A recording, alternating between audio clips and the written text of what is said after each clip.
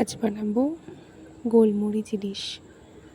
গোলমরিচ ইলিশ বানাতে আমাদের লাগছে ইলিশ মাছ, একটু আলু, পেঁয়াজ কুচি, লঙ্কা কুচি আর গোলমরিচ বাটা।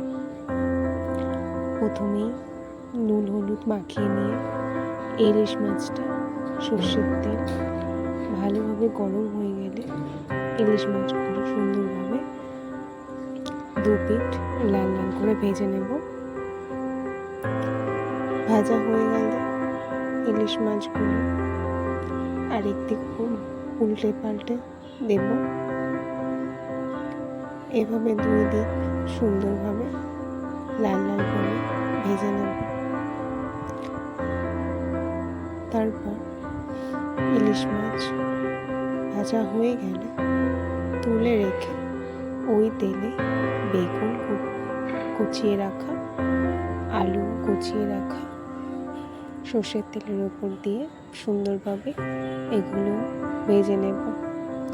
যখন আলু আর বেগুন ভাজা হয়ে যাবে তুলে রেখে সর্ষের তেলে পাঁচফোড়ন, তেজপাতা, পেঁয়াজ কুচি, লঙ্কা কুচি, একটু টমেটো দিয়ে সুন্দরভাবে লাল লাল করে নাড়াচাড়া করে একটু আদা বাটা দিয়ে ভালোভাবে কষিয়ে নিয়ে আলু আর বেগুন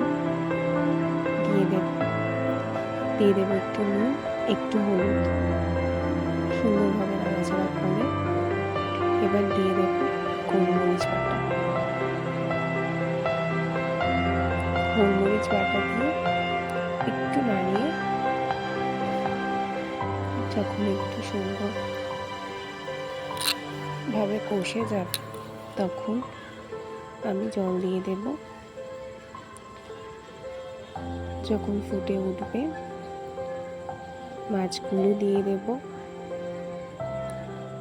ভেজে রাখা মাছগুলো দিয়ে সুন্দরভাবে একটু ফুটিয়ে নিয়ে উপর দিয়ে একটু ভাজা ইলিশ মাছের তেল দিয়ে দিলে রেডি আমার গোলমরিচ বাটায় দিয়ে ইলিশ মাছ।